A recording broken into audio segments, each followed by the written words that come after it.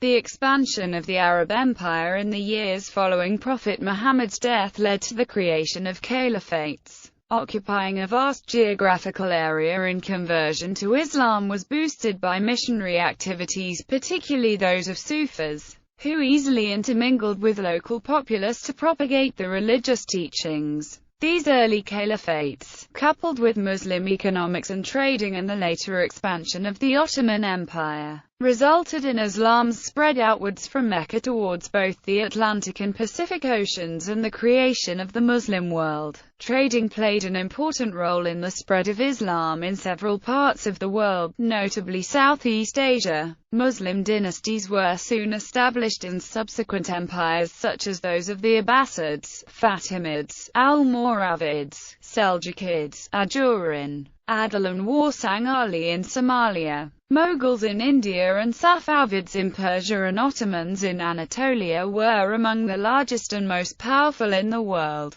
The people of the Islamic world created numerous sophisticated centers of culture and science with far-reaching mercantile networks, travelers, scientists, hunters, mathematicians, doctors and philosophers, all contributing to the golden age of Islam. Islamic expansion in South and East Asia fostered cosmopolitan and eclectic Muslim cultures in the Indian subcontinent, Malaysia, Indonesia and China. As of January 2011, there were 1.62 billion Muslims, making Islam the second largest religion in the world. Conversions. The expansion of the Arab Empire in the first centuries after Muhammad's death soon established Muslim dynasties in North Africa, West Africa, to the Middle East, and Somalia. Phase 1. Early Caliphs and Umayyads. Within the first century of the establishment of Islam upon the Arabian Peninsula and the subsequent rapid expansion of the Arab Empire during the Muslim conquests, one of the most significant empires in world history was formed.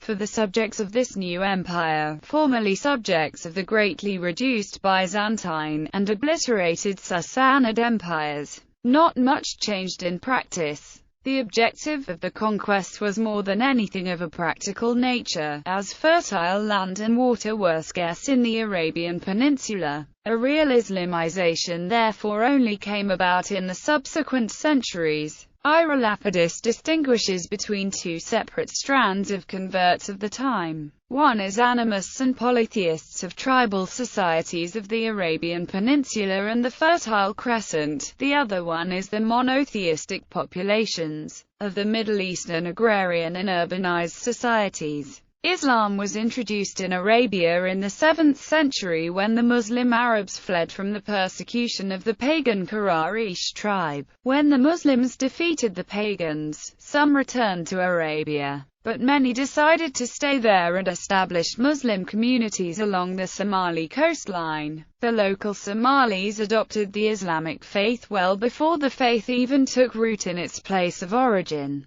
For the polytheistic and pagan societies, apart from the religious and spiritual reasons each individual may have had, conversion to Islam represented the response of a tribal, pastoral population to the need for a larger framework for political and economic integration, a more stable state, and a more imaginative and encompassing moral vision to cope with the problems of a tumultuous society. In contrast, for sedentary and often already monotheistic societies, Islam was substituted for a Byzantine or Sasanian political identity and for a Christian, Jewish or Zoroastrian religious affiliation. Conversion initially was neither required nor necessarily wished for. Did not require the conversion as much as the subordination of non-Muslim peoples. At the outset, they were hostile to conversions because new Muslims diluted the economic and status advantages of the Arabs. Only in subsequent centuries, with the development of the religious doctrine of Islam and with that the understanding of the Muslim Ummah, did mass conversion take place.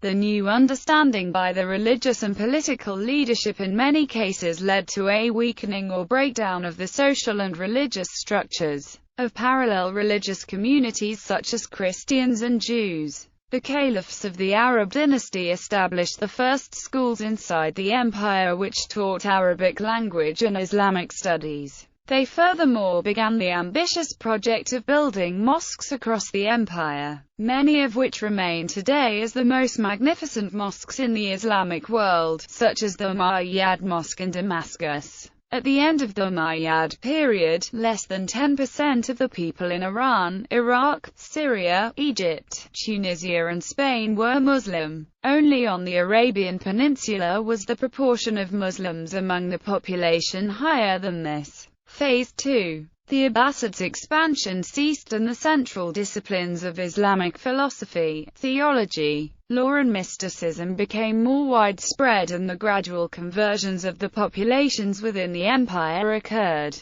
Significant conversions also occurred beyond the extents of the empire, such as that of the Turkic tribes in Central Asia and peoples living in regions south of the Sahara in Africa through contact with Muslim traders active in the area and Sufi orders. In Africa it spread along 3 routes, across the Sahara via trading towns such as Timbuktu, up the Nile Valley through the Sudan up to Uganda and across the Red Sea and down East Africa through settlements such as Mombasa and Zanzibar. These initial conversions were of a flexible nature. The reasons why, by the end of the 10th century, a large part of the population had converted to Islam are diverse. According to British Lebanese historian Albert Hourani, one of the reasons may be that Islam had become more clearly defined, and the line between Muslims and non-Muslims more sharply drawn. Muslims now lived within an elaborated system of ritual, doctrine and law clearly different from those of non-Muslims.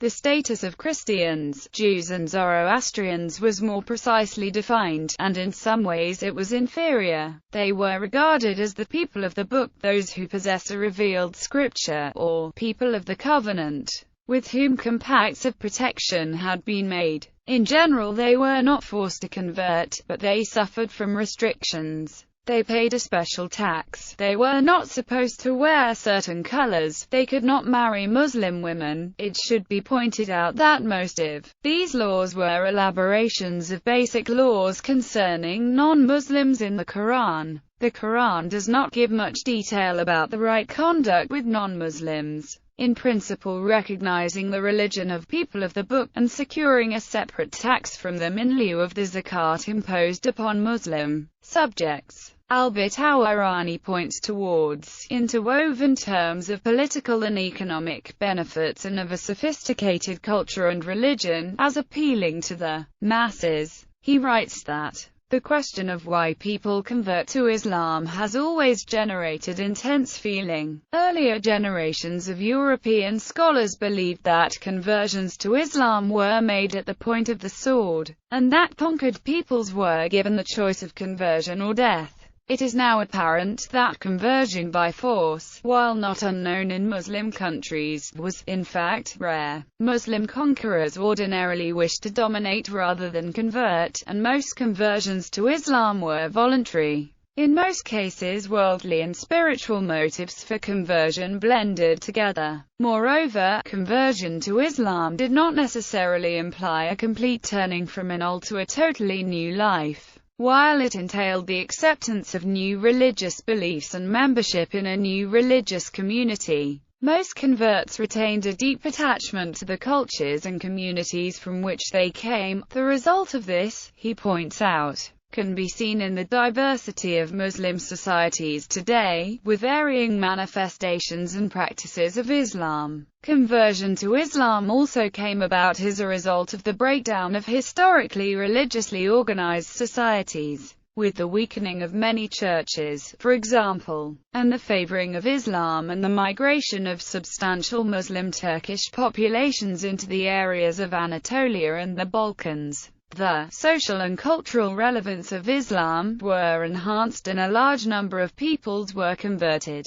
This worked better in some areas and less in others. Along with the religion of Islam, the Arabic language and Arab customs spread throughout the empire. A sense of unity grew among many, though not all, provinces, gradually forming the consciousness of a broadly Arab Islamic population. Something which was recognizably an Islamic world had emerged by the end of the 10th century. Throughout this period, as well as in the following centuries, divisions occurred between Persians and Arabs, and Sunnis and Shiites, and unrest in provinces empowered local rulers at times. Conversion within the empire. Umayyad period versus Abbasid period. There are a number of historians who see the rule of the Umayyads as responsible for setting up the Damar to increase taxes from the Dhimmish to benefit the Arab Muslim community financially and to discourage conversion. Islam was initially associated with the ethnic identity of the Arabs and required formal association with an Arab tribe and the adoption of the client status of Mawali.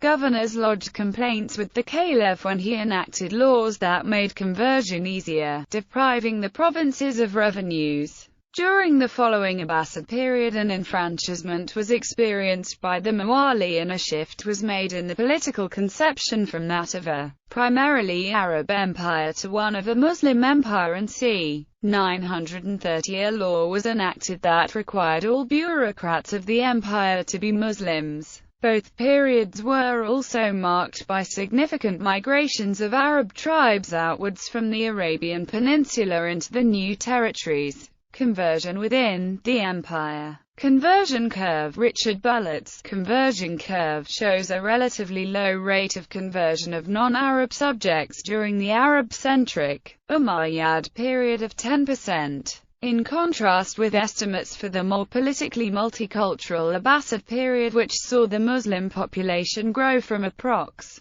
40% in the mid-9th century to close to 100% by the end of the 11th century. This theory does not explain the continuing existence of large minorities of Christians in the Abbasid period. Other estimates suggest that Muslims were not a majority in Egypt until the mid-10th century and in the Fertile Crescent until 1100. Syria may have had a Christian majority within its modern borders until the Mongol invasions of the 13th century. Phase 3. Dissolution of the Abbasids and the emergence of the Seljuks and Ottomans. The expansion of Islam continued in the wake of Turkic conquest of Asia Minor, the Balkans, and the Indian subcontinent. The earlier period also saw the acceleration in the rate of conversions in the Muslim heartland, while in the wake of the conquest the newly conquered regions retained significant non-Muslim populations in contrast to the regions where the boundaries of the Muslim world contracted,